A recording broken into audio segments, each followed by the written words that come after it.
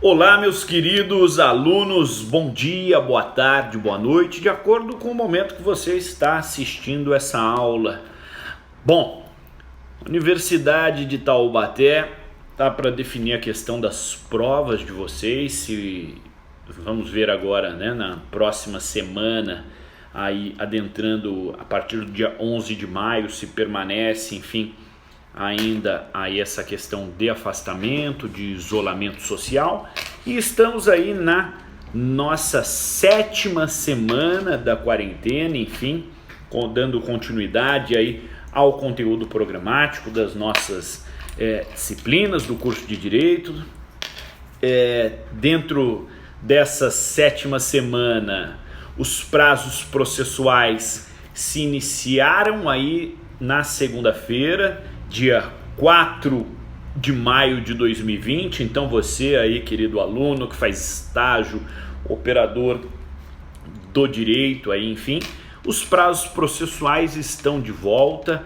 Agora, então, aí o judiciário já tem esse movimento, a questão do home office ainda presente, porque os processos, em sua grande maioria, todos aí digitais. Graças a Deus o Brasil não teve ainda aquele pico do coronavírus, enfim, estamos passando aí da melhor forma por essa pandemia, por essa calamidade pública gerada aí por essa doença originária da China. Não tivemos picos como na Espanha, na Itália, atualmente nos Estados Unidos e México também. O governo mexicano fechou todos os seus órgãos e comércios, enfim, com decreto presidencial até o dia 1º de agosto, enfim, então nessa linha aí de Ásia, Europa, América do Norte, descendo a América Central, aí chegando o México e o Brasil na América do Sul, estamos ainda aí passando muito bem por essa questão do coronavírus. Bom, as atividades pouco a pouco vão retornando, os prazos processuais já retornaram, então a atividade jurídica já vem aí em massa, e logo as atividades acadêmicas, logo estaremos aí todos unidos novamente, enfim, nas aulas presenciais.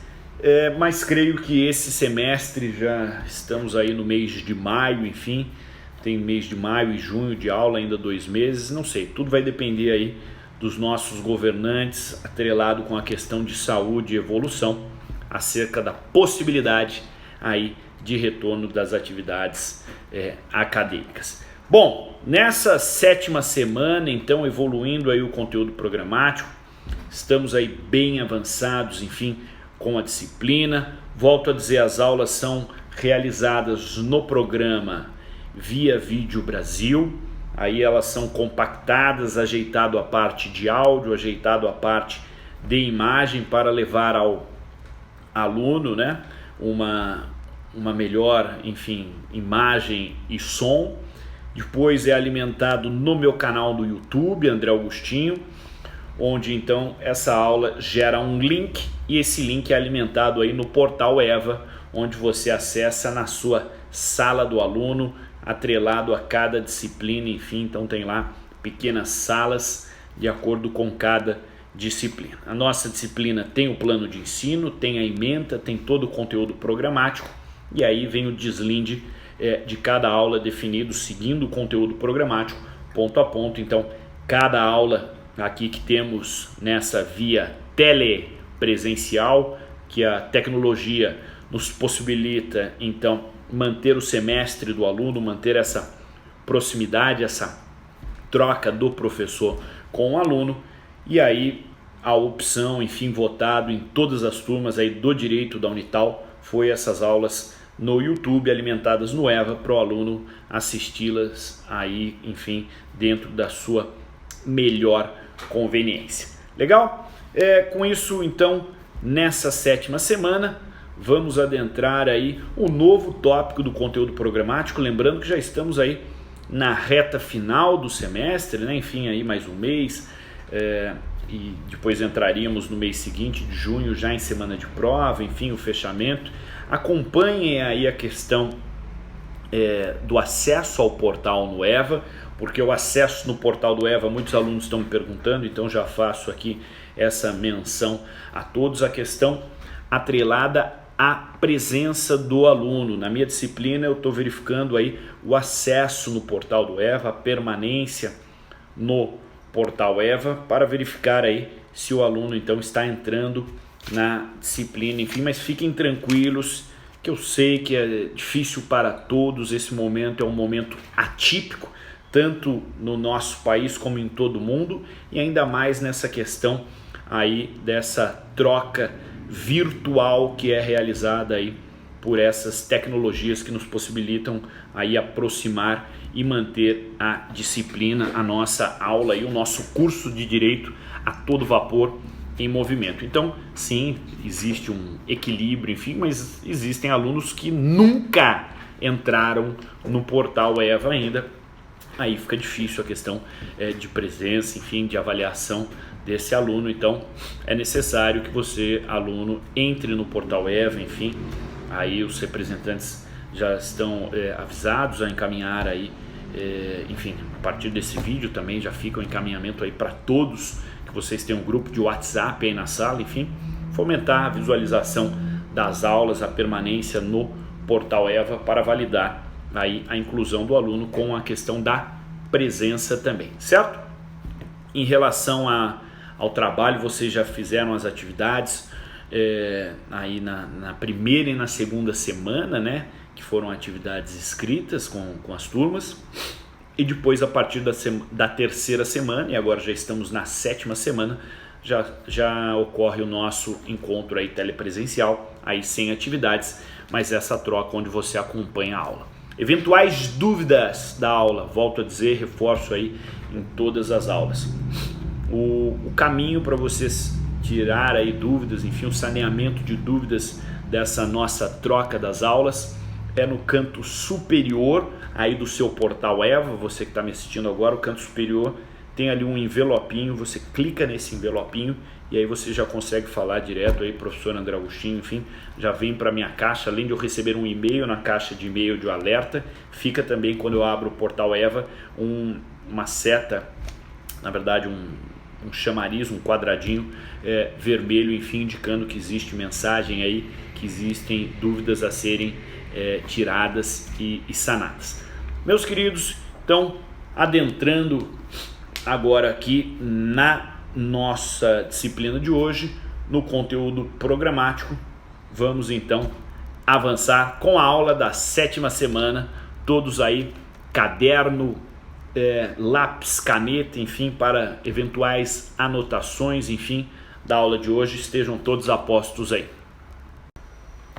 Bom, meus queridos alunos, então, aí do 9º ano E de Direito Civil da Universidade de Taubaté, na nossa disciplina aí, enfim, de sucessões dentro do Direito Civil, na verdade, o tópico voltado ao Direito Civil 9, enfim, sucessões. Chegamos na aula de hoje dos excluídos da sucessão. Então vamos falar nos casos de indignidade, dos casos aí da possibilidade então de haver a deserdação, certo? Então, casos de indignidade, casos aí de deserdação, ou seja, aquele que era para ser tido como o herdeiro legítimo, o legatário, enfim, do patrimônio deixado pelo de cujus, aquele espólio, aquele conjunto de bens, enfim, nos casos de indignidade e de deserdação não é possível, ou seja, é uma penalidade civil, e assim definiu o legislador do Código Civil e a melhor doutrina de vanguarda, que é a questão da impossibilidade do herdeiro, do legatário, assumir o patrimônio, é a imposição de uma penalidade de cunho civil. É certo que as questões de direito penal e as questões de processo civil e processo penal não têm aí consonância entre si e sintonia, mas é certo também que em casos de absolvição dentro do direito penal, aí sim tem efeitos, mas em caso de condenação no direito penal, não é por isso que haverá uma condenação em direito civil, aí são questões distintas, enfim, dentro das dinâmicas processuais. Certo é o seguinte, Os casos dentro da conjectura da sucessão, dentro da possibilidade de herdeiros galgarem patrimônio, devem permear aí sempre a conjectura da boa-fé, da evolução hereditária, sendo tido dentro daquela situação da morte, do falecimento, uma situação triste.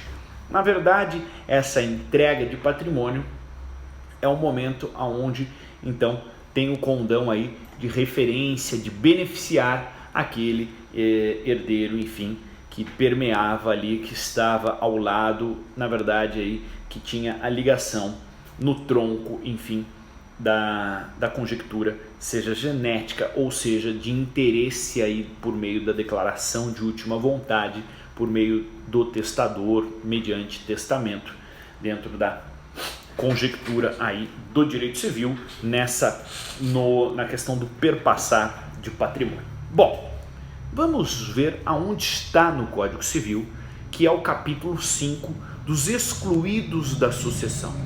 É certo que o legislador do Código Civil, ele definiu nos artigos 1814 a 1818 as causas de indignidade, ou seja, quando a pessoa será excluída, quando esse herdeiro legatário será excluído aí da meação, da definição, da partilha de cada quinhão, enfim, do patrimônio oriundo do espólio deixado pelo falecido. Beleza? Meus queridos, primeira conduta contida aí de indignidade é aquela conduta de ofensa direcionada, e o 1814 definiu aí em 3 incisos de forma específica que vamos aí secá-los agora. Acompanhe comigo o que disciplina o 1814, que daria aí ensejo, que seria o fundamento para indignidade como a primeira causa aí de exclusão da sucessão hereditária.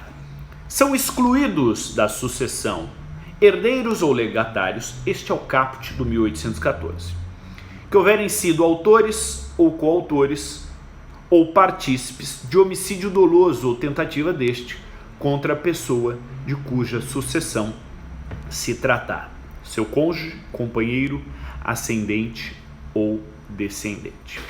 Meus queridos, muita atenção então no que disciplina aí, é um rol taxativo, mas é certo que induzir ao suicídio num caráter interpretativo, lembrando que rol taxativo não pode haver caráter interpretativo, mas o único caráter interpretativo que fora aceito aqui é a questão de indução, de induzir ao suicídio.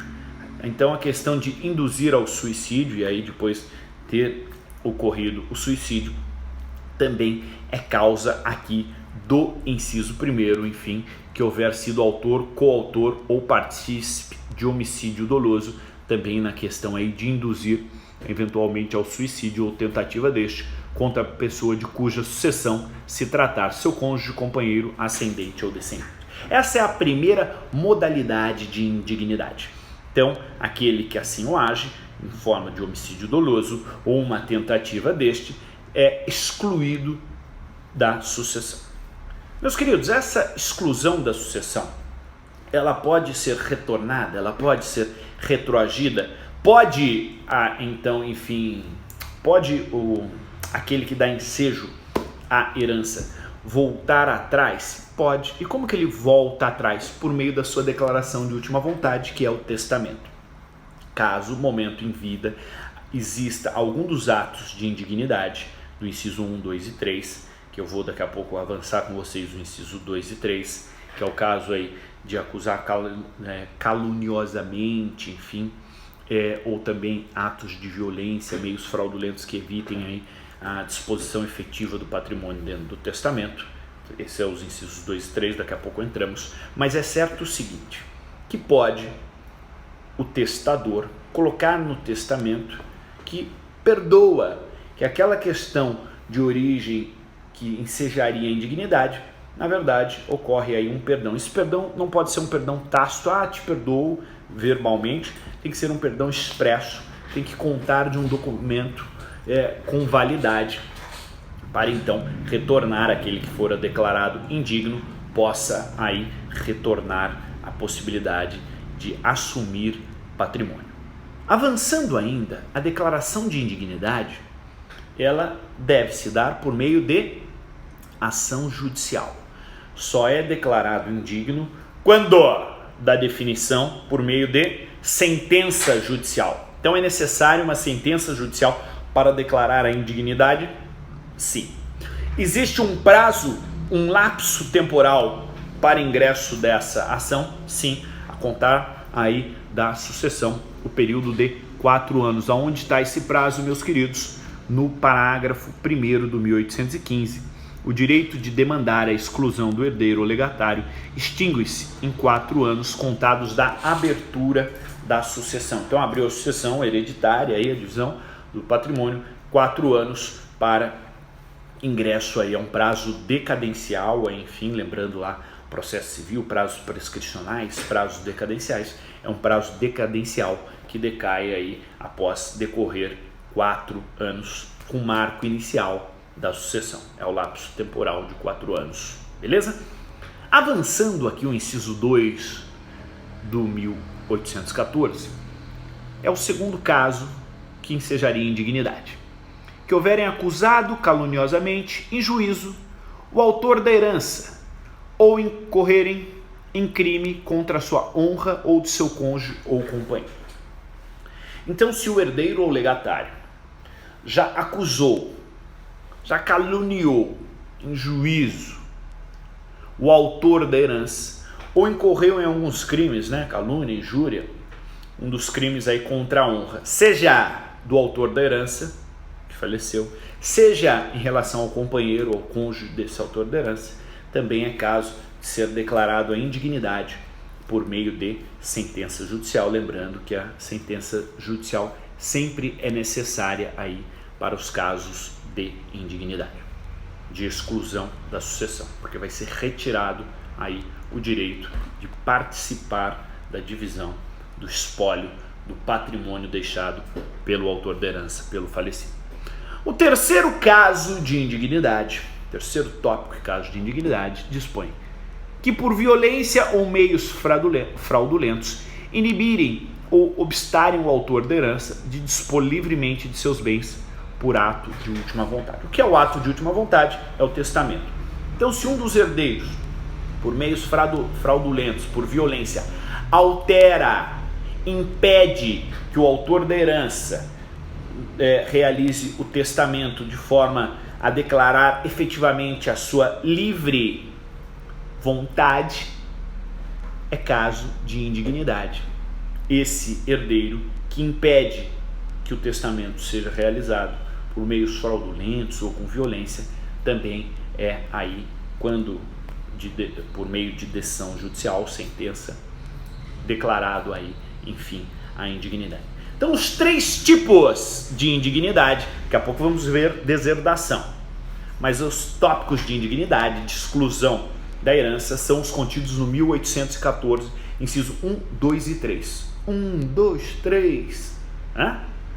É o jeitão Rick Martin. 1, 2, 3. É os incisos 1, 2 e 3 do artigo 1814. Causas de indignidade quando atenta contra a vida do autor da herança, quando atenta contra a honra do autor da herança ou de seu companheiro, no 2, e no 3, quando por meios fraudulentos ou violência impossibilita aí que o autor da herança defina a sua declaração de última vontade com tranquilidade, livre aí de qualquer coerção. Beleza? Bom, 1815 aí disciplina acerca do prazo e de que deve ser declarado por sentença, então 1815 caput.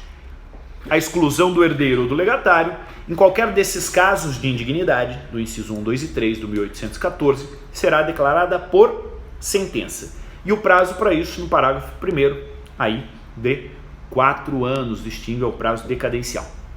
Na hipótese do inciso 1 do 1814, o Ministério Público tem legitimidade para demandar a exclusão do herdeiro ou do legatário. Olha aí, dando a competência, a possibilidade de figurar no polo ativo ao custos legis, aí, enfim, ao fiscal da lei, que é o membro do Ministério Público, a instituição do Ministério Público, nos casos aí de crime, enfim, contra pessoa, enfim, do inciso 1 dos casos de homicídio, enfim, doloso ou tentativa de homicídio. Aí pode o Ministério Público figurar nos casos como autor na hipótese do inciso 1 do 1814, para ser declarado indignidade, para ser declarado por meio de sentença judicial a exclusão da sucessão. Beleza? Olha aqui o 1816, dando continuidade. São pessoais os efeitos da exclusão. Os descendentes do herdeiro excluído sucedem como se ele fosse morto antes da abertura da sucessão. Então, antes de ser aberto a sucessão, quando é declarado o fato de indignidade por sentença judicial, o que é tido? Aquele que seria o herdeiro, tem o autor da herança, né, que vai falecer, aquele que seria tido como herdeiro, ele passa, quando antes de ser aberta a sucessão, ele passa a ser reconhecido como uma pessoa morta, de forma ficta. É a morte ficta, dentro da sucessão, dentro da divisão de patrimônio, porque esse herdeiro declarado aí indigno, o ato é personalíssimo, o ato atinge ele, herdeiro, não atinge então os seus descendentes, os seus demais herdeiros. Então, quando do falecimento do autor da herança, a herança que seria voltada a esse herdeiro direto, ela não passa por esse herdeiro direto, porque esse herdeiro direto é tido como morte ficta nos termos do 1816 e de caráter personalíssimo. A indignidade é personalíssima, não decorre aí para os demais descendentes, e aí passaria então para os filhos desse herdeiro que foi declarado aí indigno. Aí você me pergunta, meu amigo, professor, mas esse filho então, que fora declarado, esse herdeiro, filho, que fora declarado indigno, ele não vai se beneficiar porque acabou ficando para o filho dele, para o neto. Aí a lei é clara. Caso esse seria o neto, então, filho desse herdeiro declarado indigno, venha a falecer antes daquele que teve a morte presumida, esses bens nunca voltarão para o herdeiro declarado indigno.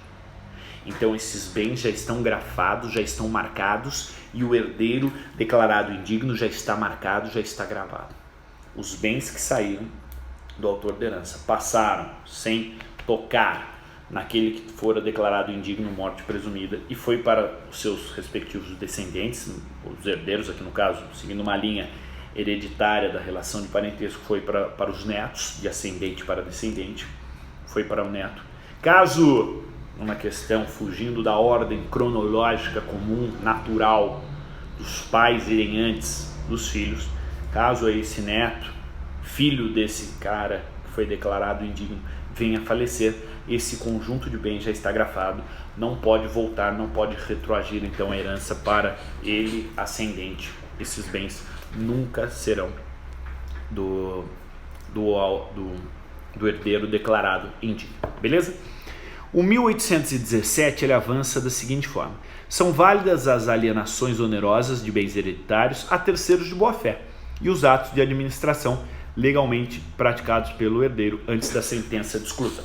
Antes de ser definido a exclusão do caráter sucessório por meio da indignidade, é certo que bens podem ter adentrado, já que o lapso temporal para ingresso da ação é de 4 anos a contar da sucessão, aí decai. Então, houve a sucessão, houve a partilha de bens, os bens já estão então com aquele herdeiro, que por hora ainda não foi declarado indigno, ingressam com uma ação para declaração da indignidade. E depois aí de 2, 3 anos é declarado a indignidade. Contudo, esse herdeiro ele cuidou, ele zelou desse patrimônio durante um certo lapso temporal. Inclusive ele vendeu alguns bens para terceiros de boa-fé. Esses terceiros de boa-fé serão prejudicados? Não, não serão. Os terceiros de boa-fé, nos termos do 1817, não serão prejudicados, mas caberá aos outros herdeiros, aí esses sim prejudicados, porque o herdeiro agora declarado indigno por meio de sentença judicial já vendeu, já houve aí uma venda onerosa, enfim, daquele patrimônio. Então deve ser indenizado aos demais herdeiros. Os demais herdeiros podem tentar, após declarado a indignidade de um dos herdeiros, os demais herdeiros, que foram os prejudicados então, oriundo dessa venda, o terceiro de boa-fé não é prejudicado, mas os demais herdeiros que foram prejudicados, porque esse patrimônio não existe mais, fora vendido, ingressam com ação aí de indenização do valor da venda, para que esse herdeiro declarado indigno recomponha aí os cofres, os bolsos aí dos demais herdeiros. Beleza? E por fim, o 1818. Aquele que incorreu em atos que determinem exclusão da herança será admitido a suceder se o ofendido o tiver expressamente, atenção, isso não pode ser tácito, tem que ser expresso, expressamente reabilitado em testamento ou em outro ato autêntico. É aquilo que eu disse, aquele que for declarado indigno, depois pode, em ato de última vontade pelo autor da herança, ser reabilitado dentro do testamento. Então o testamento pode reabilitar aí, enfim, aquele herdeiro declarado já indigno em sentença judicial, ainda em vida, enfim, mas depois volta atrás, esfria, nada melhor do que o tempo para acalmar, colocar panos quentes na relação, as pessoas voltam a ter aí uma boa relação, e aí o autor da herança, ele gera um perdão, e esse perdão seria o perdão expresso, colocando aí de volta aquele herdeiro dentro do testamento. Legal? Beleza? Com isso, meus queridos, superamos aí as causas de indignidade. Mas o legislador do Código Civil colocou lá no artigo 1961 ao artigo 1965 as causas de deserdação, que também é o escopo da exclusão da sucessão hereditária. Essas causas de deserdação perpassam da seguinte forma. Acompanhem comigo aí, aquele aluno que quer deixar o caderninho completinho, bacana, coloca lá 1814, causas de indignidade. 1961 a 1965, causas de deserdação. Ambas se complementam, ambas geram a exclusão da sucessão, beleza? Para que não atinja aí o patrimônio ao bem, enfim, não venha a ser adquirido aquele herdeiro que fora declarado indigno ou que fora deserdado. Pelos seguintes motivos, vamos aqui na deserdação, olha o que diz o 1961 caput. Os herdeiros necessários podem ser privados de sua legítima herança, ou deserdados em todos os casos em que podem ser excluídos da sucessão.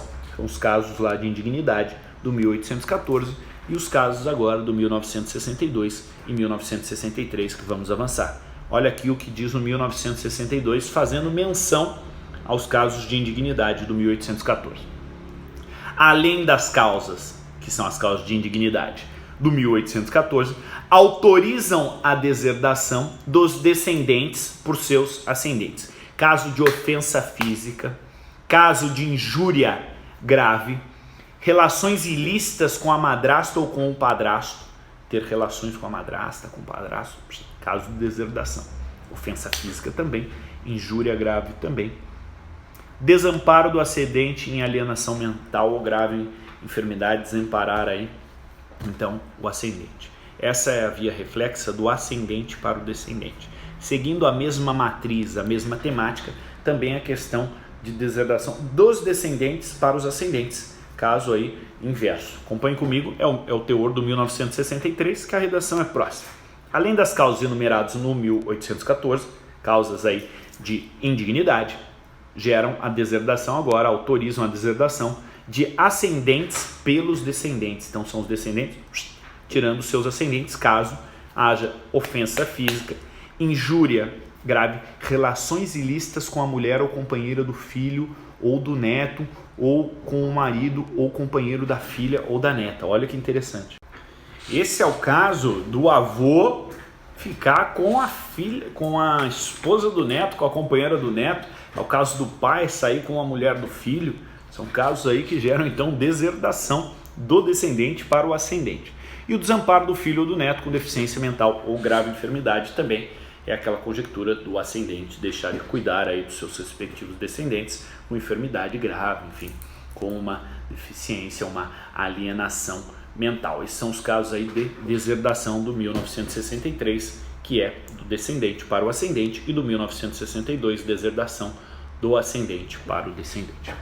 No 1964, disciplina o seguinte: somente com expressa declaração de causa pode a deserdação ser ordenada em testamento.